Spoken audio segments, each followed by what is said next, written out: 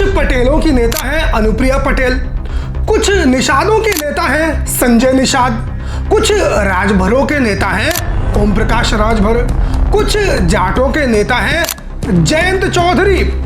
ये सब अपने आप को ओबीसी के नेता बताते हैं। लेकिन जब उत्तर प्रदेश के अंदर 59,000 शिक्षक भर्ती के अंदर ओबीसी आरक्षण लागू करने की बात की गई तो इन सारे सो कॉल्ड ओबीसी नेताओं के मुंह के ऊपर टेप लग गई। इनमें से किसी भी तथाकथित ओबीसी नेता के मुंह से एक शब्द तक नहीं निकला। ओबीसी के हक और अधिकार की लड़ाई अखिलेश यादव लड़ते हैं। ओबीसी को इंसाफ मिले इसकी बात समाजवादी पार्टी और अखिलेश यादव करते हैं। अभी संसद के अंदर बीजेपी महिला आरक्षण बिल लेकर आई, उसमें सबसे ज्यादा विरोध अगर किसी ने किया तो समाजवादी पार्टी और अखिलेश यादव ने किया। फिर ये लोग कहते हैं कि मुख्यमंत्री यादव जाति का क्यों बनेगा, अखिलेश यादव क्यों बनेंगे, समाजवादी पार्टी का ही मुख्यमंत्री क्यों बनेगा।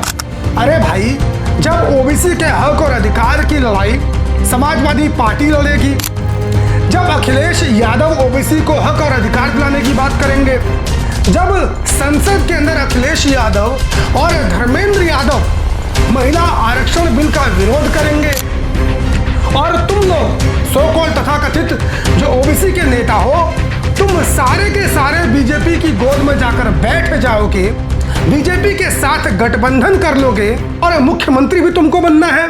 जो महिला आरक्षण बिल सरकार लेकर लोकसभा के अंदर आई है, इसका विरोध अखिलेश यादव, धर्मेंद्र यादव और समाजवादी पार्टी के लोगों ने किया है। आपको लग सकता है कि महिलाओं को मिलने वाले आरक्षण का विरोध समाजवादी पार्टी क्यों करना चाहती है या क्यों कर रही है। तो मैं आपको बता दूं दोस्तों, समाजवादी पार्टी, अखिलेश यादव या समाजवादी पार्टी के जो अन्य नेता हैं वो बीजेपी के द्वारा लाए गए इस महिला आरक्षण का विरोध इसलिए कर रहे हैं क्योंकि इन सभी लोगों की मांग है कि जो ये महिला आरक्षण बिल आ रहा है, इसमें अलग से जो SC ST OBC के महिलाएं हैं उनको आरक्षण का प्रावधान दिया जाए। और ये बात सही भी है। आप सभी लोग जानते हैं दोस्तों कि हमारे समाज के अंदर अगर महिलाओं की ही बात कर ली जाए तो महिलाएं, जाहिर सी बात है, पुरुषों से उनका रिप्रेजेंटेशन काफ़ी ज़्यादा कम है संसद के अंदर। लेकिन उसमें भी यदि आप लोग देखेंगे, महिलाओं में भी जो SC ST OBC समाज की महिलाएं हैं उनका रिप्रेजेंटेशन और भी ज़्यादा कम है। इसलिए समाजवादी पार्टी के लोग, अखिलेश यादव, इस महिला आरक्षण बिल का विरोध कर रहे हैं। वो महिलाओं को मिलने वाले आरक्षण के खिलाफ नहीं है, बल्कि इस महिला आरक्षण बिल के अंदर SC ST OBC समाज को भी उनका हक और अधिकार मिले, उनको अलग से आरक्षण की व्यवस्था की जाए, इसलिए ये लोग इस बिल का विरोध कर रहे हैं। ये कोई पहली बार नहीं है।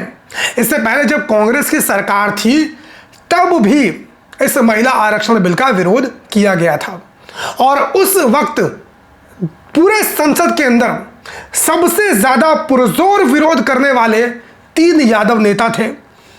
समाजवादी पार्टी से मुलायम सिंह यादव और राष्ट्रीय जनता दल से लालू प्रसाद यादव और JDU से शरद यादव। इन 3 यादव नेताओं ने उस वक्त भी कांग्रेस की सरकार जब महिला आरक्षण का विधेयक लेकर आई थी तब भी इस बिल का विरोध किया था और उस वक्त भी इन लोगों की यही मांग थी कि इस महिला आरक्षण बिल के अंदर SC ST OBC समाज को अलग से आरक्षण की व्यवस्था की जाए। इस बार भी समाजवादी पार्टी इसका विरोध कर रही है, लालू प्रसाद यादव की पार्टी भी इसका विरोध कर रही है।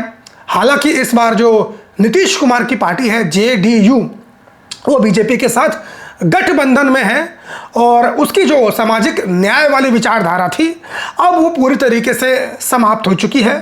शरद यादव जैसे नेता JDU के अंदर अब बचे नहीं हैं, इसलिए JDU की तरफ से इस बिल का विरोध नहीं किया जा रहा है। ओबीसी को 27% आरक्षण मिले, इसकी वकालत अखिलेश यादव करते हैं, समाजवादी पार्टी के लोग करते हैं। ओबीसी को हक मिले, उनका अधिकार मिले, उनको इंसाफ मिले, उसकी वकालत समाजवादी पार्टी और अखिलेश यादव करते हैं। तो भाई मुख्यमंत्री कौन बनेगा? मुख्यमंत्री भी तो वही बनेगा ना जो ओबीसी को मिलने वाले हक और अधिकार की बात करे, या फिर ये सो कॉल तथाकथित ओबीसी के नेता जो बीजेपी की गोद में जाकर बैठते हैं, जो बीजेपी से ओबीसी को 27% आरक्षण मिले इसकी बात तक नहीं कर सकते हैं।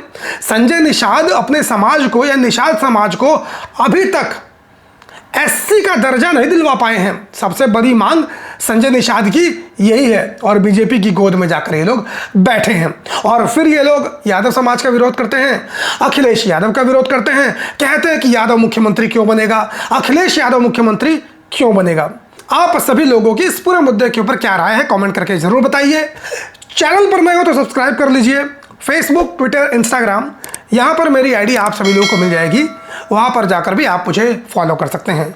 मुलाकात करता हूँ किसी और वीडियो में, तब तक के लिए बहुत बहुत धन्यवाद। जय हिंद।